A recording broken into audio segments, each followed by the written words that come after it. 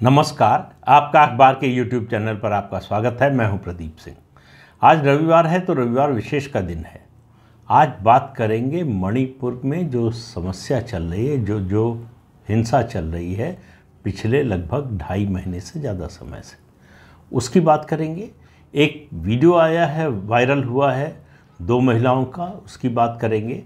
जो वीडियो आया है उसकी सर्वत्र निंदा होनी चाहिए, हर हाल में निंदा होनी चाहिए। इस तरह का कृत्य ये दर्शाता है कि समाज में ऐसे कुछ लोग हैं जो मानसिक रूप से बीमार हैं। ऐसे लोगों को इलाज की ज़रूरत है और हर तरह के इलाज की ज़रूरत है। केवल मानसिक इलाज की नहीं, कानूनी इलाज की भी ज़रूरत है और सामाजिक इलाज की भी ज़रूरत है। तो ऐसे लोगों का जो है किसी भी आधार पर, किसी भी तर्क से समर्थन नहीं किया जाना चाहिए। एक बात। दूसरी बात, लेकिन ये मणिपुर का जो समस्या है वो उसकी जड़ क्या है, वो समस्या क्यों है और उसका निदान क्या हो सकता है, संभव क्या हो सकता है जिसकी वजह से शांति स्थापित हो। शांति स्थापित करने के 2 तरीके हैं सरकार के पास। एक, ये मान ले जो भी कुकी मांग कर रहे हैं, वहाँ 2 वर्ग हैं। कायदे से तो दोनों जनजातियाँ हैं, लेकिन एक को जनजाति का दर्जा प्राप्त है, वो है कुकी। दूसरी जनजाति है मैतेई, उनको जनजाति का दर्जा नहीं प्राप्त है। कुकी जो है वो बाहर से आए हुए हैं, मैतेई यहाँ के मूल निवासी हैं। कुकी ज़्यादातर म्यांमार से आए हैं, म्यांमार से अब भी आ रहे हैं, लगातार घुसपैठ जारी है उनकी, क्योंकि म्यांमार में सख्ती हो रही है तो वहाँ से भागकर यहाँ मिज़ोरम में भी आ रहे हैं, घुस रहे हैं, और यहाँ मणिपुर में भी। ये जो 2 जनजातियाँ हैं, इनका जो संघर्ष है, इसमें अगर सरकार कुकी की बात सब मान ले कि मैतेई को पूरी तरह से दबा कर रखना है, उनके अधिकारों के बारे में कोई बात नहीं करनी, तो शांति स्थापित हो जाएगी। या दूसरा तरीका है जिस तरह से नागालैंड की इंसर्जेंसी को इस सरकार ने ख़त्म किया।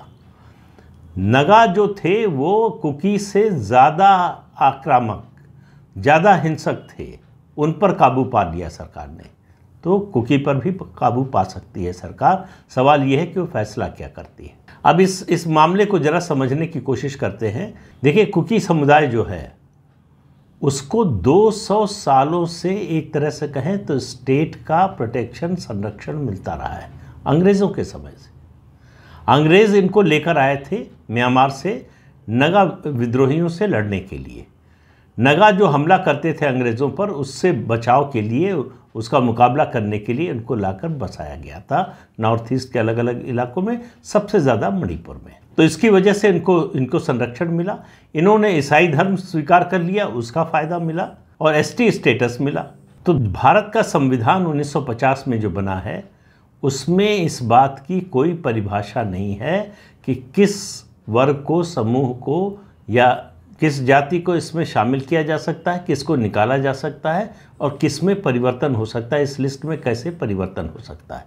संविधान इसके बारे में कुछ नहीं कहता है। तो 1950 से ये मामला ऐसे चला आ रहा था। 2002 में जब अटल बिहारी वाजपेयी की सरकार थी केंद्र में, तब उसमें कैबिनेट में इस पर डिटेल डिस्कशन हुआ, और इस डिस्कशन के बाद एक फैसला लिया गया, तय किया गया, निर्णय लिया गया और कहा गया कि जब तक किसी राज्य सरकार या यूनियन टेरिटरी, जो भी मामला हो, वहाँ से रिकमेंडेशन नहीं आती है किसी जाति को जनजाति में शामिल करने की, तब तक उस पर विचार नहीं किया जाएगा। अब जहाँ तक मणिपुर का मामला था, तो सरकार को, राज्य सरकार को मणिपुर हिल कमेटी जो है उसकी भी मंजूरी लेना जरूरी था। तो राज्य सरकार अगर ये प्रस्ताव करती है तो वो प्रस्ताव पहले सेंसस कमीशन ऑफ इंडिया के रजिस्ट्रार जनरल के पास जाएगा। जो registrar general, census commission of India और रजिस्ट्रार जनरल होम मिनिस्ट्री के अंडर में आते हैं। रजिस्ट्रार जनरल अपनी रिकमेंडेशन भेजेगा national commission for scheduled tribe को। वो एक विशेषज्ञ समिति बनाएगा जिसमें सोशियोलॉजिस्ट होंगे, जिसमें एंथ्रोपोलॉजिस्ट होंगे, दूसरे विषयों के जानकार होंगे, और ये कमेटी जो है पूरे सारे मामले पर, उसके हर पहलू पर विचार करेगी, और विचार करने के बाद जन सुनवाई करेगी। जन सुनवाई के बाद एक रिपोर्ट तैयार करेगी। वो रिपोर्ट तैयार जब हो जाएगी तो उसको भेजा जाएगा ट्राइबल मिनिस्ट्री के पास, यानी जनजाति मंत्रालय के पास। जनजाति मंत्रालय इस पर विचार करने के बाद एक कैबिनेट नोट तैयार करेगा और मामला जाएगा कैबिनेट को। कैबिनेट इस पर विचार करेगी। कैबिनेट विचार करने के बाद इसको फिर अगर सही समझेगी तो संसद में प्रस्ताव लेकर आएगी। संसद से प्रस्ताव पास होगा, राष्ट्रपति मंजूरी देंगे तो कानून बनेगा, तब वो जाति जो है शेड्यूल ट्राइब में शामिल होगी। ये है प्रोसीजर। 1965 में एक कमेटी बनी जस्टिस BN लोकुर की अध्यक्षता में। इस कमेटी ने तय किया था कि कुकी, उनकी 17 जो सब ट्राइब्स हैं, नगा और उनकी जो 6 सब ट्राइब्स हैं, और इसके अलावा मारिंग और मीज़ो, ये शेड्यूल ट्राइब होंगे। अब मैतेई को इससे अलग रखा गया। मुझे मालूम नहीं कि मैतेई को अलग रखने का क्या कारण था, क्योंकि मैतेई यहाँ के मूल निवासी हैं और आज़ादी से पहले 1949 में अपना विलय किया था मैतेई ने भारत में। उससे पहले तक वो शेड्यूल ट्राइब ही माने जाते थे। अब ये शेड्यूल ट्राइब का स्टेटस मिलने का झगड़ा क्या है, उसकी वजह है, एक तो जॉब और एजुकेशन में रिजर्वेशन मिलता है, उसका फ़ायदा है। दूसरा, उनके ज़मीन की सुरक्षा होती है, कोई खरीद नहीं सकता, कोई इस पर कब्जा नहीं कर सकता। और फिर prevention of ST atrocities act बनता है। उनके खिलाफ अगर कोई अत्याचार होता है, इस तरह की उनकी शिकायत आती है, तो उस पर मुकदमा चलेगा और उसके खिलाफ कार्रवाई होगी, जो सामान्य कानूनी प्रक्रिया की जो कार्रवाई है उससे अलग होती है। और उसके अलावा वो मणिपुर में जो भी कमाई करेंगे, उनकी जो भी इनकम होगी, आय होगी, वो टैक्स फ्री होगी। ये सुविधाएं मिली हुई हैं। अब इसमें एक समस्या और आ रही है कि ये कुकी मणिपुर में जहाँ रहते हैं वो पहाड़ का इलाका है। मैंने पिछले वीडियो में आपको बताया था कि किस तरह से बंटवारा है पहाड़ और मैदान का। मणिपुर का जो पूरा भूभाग है उसका 90% पहाड़ी इलाका है और पहाड़ी इलाका सिर्फ कुकी का है। वहाँ कोई और जाति, जनजाति, अनुसूचित जाति कोई भी जाकर बस नहीं सकता, ज़मीन नहीं खरीद सकता। और जो 10% ज़मीन बचती है उसमें मैतेई और दूसरे लोग बसे हुए हैं। यहाँ तक भी मैतेई ने स्वीकार कर लिया, शेड्यूल ट्राइब का दर्जा नहीं मिला, सिर्फ 10% भूभाग पर उनको रहने के लिए मजबूर किया गया और उनकी आबादी, कुल प्रदेश की कुल आबादी का 90% है इसके बावजूद। लेकिन इसके बाद जो शुरू हुआ, कुकी ने मैदानी इलाकों में भी ज़मीन खरीदना, घर खरीदना, दुकान खरीदना शुरू कर दिया। इस पर कोई कानूनी रोक नहीं है। वो मैदान में आकर ज़मीन खरीद सकते हैं, बस सकते हैं, लेकिन मैतेई वहाँ पहाड़ी पर नहीं जा सकते, पहाड़ पर नहीं जा सकते, हिल एरिया में नहीं जा सकते। तो उनके सर्वाइवल का सवाल आ गया। उनको लगा कि अगर अब नहीं खड़े होंगे, अब नहीं बोलेंगे, तो हम तो कहीं रहने लायक ही नहीं होंगे, बचेंगे ही नहीं। तो ये उनके सर्वाइवल का है, ये आर पार की लड़ाई है। अगर इस लड़ाई में वो सर्वाइव करेंगे तो बचेंगे, वरना ख़त्म हो जाएंगे पूरी तरह से। इसलिए ये एग्रेशन जो है ज़्यादा दिखाई दे रहा है। अब बात करते हैं हाई कोर्ट के जजमेंट की। तो आपको समझ में आ गया होगा कि हाई कोर्ट ने जो जजमेंट दिया था, सिर्फ इतना कहा था राज्य सरकार से कि वो एक अध्ययन करके एक रिकमेंडेशन जो है वो केंद्र सरकार को भेजे कि मैतेई को भी ST कैटेगरी में शामिल किया जाए। अब सवाल यह है कि इससे कुकी को क्या मतलब। अब आप देखिए, पैरेलल देखिए, बिल्कुल उसी तरह का है जैसा CAA पर हुआ। CAA में स्पष्ट व्यवस्था है कि बांग्लादेश, अफ़गानिस्तान, पाकिस्तान में जो हिंदू, ईसाई, बौद्ध, सिख, क्रिश्चियन, इन धर्मों पंथों के मानने वाले, उनको वो अगर भारत आ गए हैं, एक कट ऑफ पीरियड तय किया गया 2014 का कि उससे पहले भारत आए हैं तो उनको भारत की नागरिकता मिलेगी। इसमें हिंदुस्तान के किसी एक मुसलमान के बारे में कुछ नहीं है कि उसकी नागरिकता पर कोई प्रभाव पड़ेगा, लेकिन उसको मुद्दा बनाया गया कि मुसलमानों की नागरिकता छीनने का प्रयास हो रहा है। उसी तरह से कुकी ने ये मुद्दा बनाया कि उनका ST स्टेटस जो है वो खतरे में है। तो कुकी का ये कहना है कि हमारे पास जो है वो तो हमारे पास रहेगा ही, जो हमारे पास नहीं है वो भी हमें मिलना चाहिए और किसी और को नहीं मिलना चाहिए। तो ज़मीन जो नहीं है वो मिलनी चाहिए, ST स्टेटस जो हमें मिला हुआ वो और किसी को नहीं मिलना चाहिए। समस्या की जड़ ये है। अब आप देखिए, तीनों के बारे में बताता हूँ कि कुकी क्या चाहते हैं। वही बात जो मैंने अभी कही कि उनके पास जो है वो तो उनके पास रहे ही, लेकिन उनके पास जो है वो और किसी को ना मिले। जाहिर है कि उसका मतलब है कि मैतेई को ST स्टेटस नहीं मिलना चाहिए। दूसरा ये है कि जो उनका इलाका है, यानी पहाड़ी इलाका है, उसको यूनियन टेरिटरी घोषित कर दिया जाए, मणिपुर से अलग कर दिया जाए। तो यानी 90% की यूनियन टेरिटरी बन जाए और 10% का स्टेट रहेगा। अब आप समझ सकते हैं ये मांग कैसी है। दूसरा उनका मांग है कि वो अपने यहाँ पहाड़ पर क्या उगाते हैं, क्या खेती करते हैं, इस पर सरकार का कोई दखल ना हो। यानी सीधा मतलब है कि अफीम की खेती करने की छूट मिले। ये अफीम की खेती का बिजनेस है जिसकी वजह से पैसा आ रहा है। इस आंदोलन में जो पैसा आ रहा है वो ये अफीम की खेती का पैसा है, और हथियार चीन से आ रहा है, कुकी के पास आ रहा है। दूसरा, मैतेई क्या चाहते हैं? जाहिर है वो भी एसटी स्टेटस चाहते हैं, वो एसटी रहे हैं। उनकी गलती ये है कि वो ईसाई नहीं बने, वो आज तक हिंदू है। ये भी सवाल है कि जो भी एसटी वर्ग का ईसाई बनता है उसको एसटी स्टेटस क्यों मिला रहेगा, और कोई हिंदू क्यों नहीं हो सकता एसटी? तो वो मूल निवासी हैं, तो उनको मूल निवासी का ही दर्जा मिलना चाहिए। और ये जो कुकी और मैतेई के बीच का असंतुलन है ज़मीन का, अधिकारों का, इसको दूर किया जाए और नार्को टेरर पर रोक लगाई जाए कि अफीम की खेती और उसके व्यापार से जो पैसा आ रहा है, जो हथियार आ रहे हैं, उन पर रोक लगाई जाए। और फिर उनकी ये अपेक्षा है कि वो भारतीय जनता पार्टी के समर्थक हैं, इसलिए सरकार उनकी रक्षा करे। इसके अलावा जो घुसपैठ हो रही है अबाध गति से, उस पर रोक लगे। अब सवाल ये है कि सरकार को क्या करना चाहिए? तो सरकार ये फैसला कर सकती है कि कुछ भी हो, हम मैतेई को एसटी स्टेटस देंगे।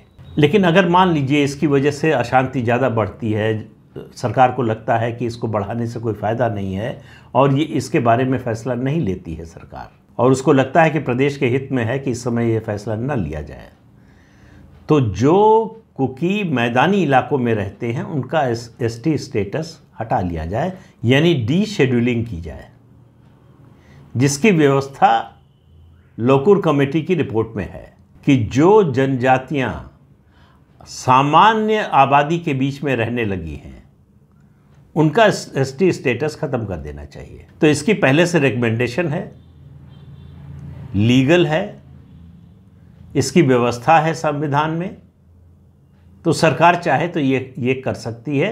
तो इससे मैतेई में एक संदेश जाएगा कि उनके पास जो थोड़ा सा बचा हुआ है उसको हड़पने की कोशिश को सरकार सफल नहीं होने देगी। तीसरा काम जो तुरंत होना चाहिए वो है, जो म्यांमार से घुसपैठ हो रही है, मिज़ोरम में भी हो रही है, मणिपुर में भी हो रही है, अबाध गति से कैसे इनको लोगों को आने दिया जा रहा है। किसी को शरण देने की तो वैसे पॉलिसी ही नहीं है भारत सरकार की।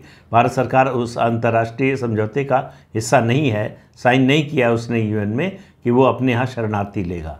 तो लेकिन जो ये लोग आ रहे हैं भाई, नागरिकता देने का अधिकार तो केंद्र सरकार का है, राज्य में कैसे आ रहे हैं? और उसके अलावा चौथा, arm forces special power act फिर से लागू किया जाए। जो 19 थानों से हटा लिया गया था उसको फिर से लागू किया जाए। उसकी वजह से क्या हो रहा है कि सिक्योरिटी फोर्सेस को कोई लीगल प्रोटेक्शन नहीं है, तो उनको काम करने में दिक्कत होती है।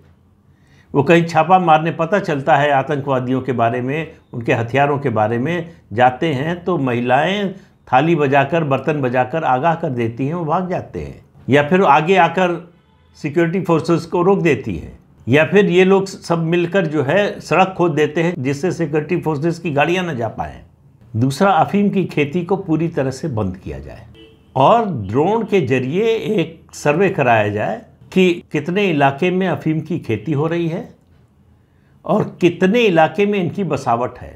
जितने इलाके में बसावट है उसी इलाके को शेड्यूल्ड ट्राइब एरिया माना जाना चाहिए, और सरकार को अपनी राज्य शक्ति का संकल्प दिखाना चाहिए कि बस यहाँ तक हो गया, इसके आगे नहीं होने देंगे, जो कि अभी काफ़ी हद तक सरकार ने दिखाया है। समझौता नहीं किया, सरेंडर नहीं किया है। अब सवाल यह है कि इसका असर क्या होगा? इसका असर पूरे नॉर्थ ईस्ट पर पड़ेगा। पिछले 9 साल से पूरे नॉर्थ ईस्ट में हिंदू एक नए जोश में है, वो भारतीय जनता पार्टी का समर्थक है, इसीलिए 7 में से 4 राज्यों में बीजेपी की सरकार है। बड़ी तेजी से नॉर्थ ईस्ट का ईसाईकरण हुआ है। ये जो माहौल बना है उस ईसाईकरण के माहौल को रोक रहा है। अगर ये माहौल बिगड़ने दिया गया तो पूरे के पूरे नॉर्थ ईस्ट को पूरी तरह से ईसाई बन जाने से कोई रोक नहीं पाएगा। सरकार शक्ति दिखाएगी तभी ये घुसपैठ रुकेगी। चीन से जो हथियार आ रहे हैं उनकी आवाजाही रुकेगी। पूरे नॉर्थ ईस्ट के हिंदुओं की नज़र है मणिपुर पर। कि सरकार क्या करने जा रही है, क्या कदम उठाती है। क्या मैतेई समाज को इस बात की सज़ा मिलेगी कि वो हिंदू हैं, वो ईसाई नहीं बने हैं। देखिए, ये झगड़ा हिंदू ईसाई का नहीं है, ये कुकी मैतेई का जो झगड़ा है अधिकारों का झगड़ा है। एक की गुंडागर्दी है और दूसरे की ओर से ये हो रहा है कि बर्दाश्त करने की हद अब समाप्त हो रही है। अब हम और बर्दाश्त करने को तैयार नहीं हैं, क्योंकि और बर्दाश्त करने का मतलब है कि हम पूरी तरह से साफ हो जाएंगे। तो कुल मिलाकर स्थिति ये है कि मणिपुर में शांति स्थापना के लिए ज़रूरी है कि कुकी समुदाय की मनमानी पर रोक लगे, अफीम की खेती पर रोक लगे, कुकी समुदाय के लोगों की जो घुसपैठ हो रही है उस पर रोक लगे, घुसपैठ के जरिए उनका जो एक्सपेंशन हो रहा है, विस्तार हो रहा है, उस पर रोक लगे, और उनके पास जो हथियार हैं वो जल्दी से जल्दी उनको हथियार विहीन किया जाए। शांति का मार्ग सत्ता की ताकत से होकर निकलेगा, सत्ता के समझौते से नहीं निकलेगा। ये सरकार ऐसा करके दिखा चुकी है नगा विद्रोहियों के मामले में, ये सरकार कुकी विद्रोहियों के मामले में भी ऐसा कर सकती है। सवाल ये है कि वो किस हद तक जाना चाहती है।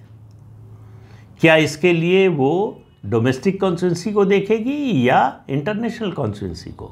इंटरनेशनल कॉन्स्टिट्यूंसी कुछ नहीं कर पाएगी, जो करेगी हमारे खिलाफ ही करेगी। यूरोपियन यूनियन मणिपुर पर प्रस्ताव पास कर रही है जिसका कोई लेना देना नहीं मणिपुर से। सरकार, भारत सरकार की आलोचना कर रही है, तो वो तो खिलाफ होंगे ही होंगे, रहेंगे ही। आप सरेंडर कर देंगे तो भी खिलाफ होंगे, आप एक्शन लेंगे तो भी खिलाफ होंगे। तो उनकी प्रतिक्रिया की कोई परवाह भारत सरकार को नहीं करना चाहिए। तो मणिपुर में आगे क्या होगा, ये बहुत कुछ निर्भर करेगा कि सरकार कितनी सख्ती से इस मामले से निपटना चाहती है। तो इस अंक में इतना ही। अगले अंक में फिर मिलेंगे किसी नए मुद्दे के साथ। तब तक के लिए अनुमति दीजिए। आपसे अनुरोध है कि ये चैनल देखिए, शेयर कीजिए, लाइक कीजिए और सब्सक्राइब ज़रूर कीजिए। नमस्कार।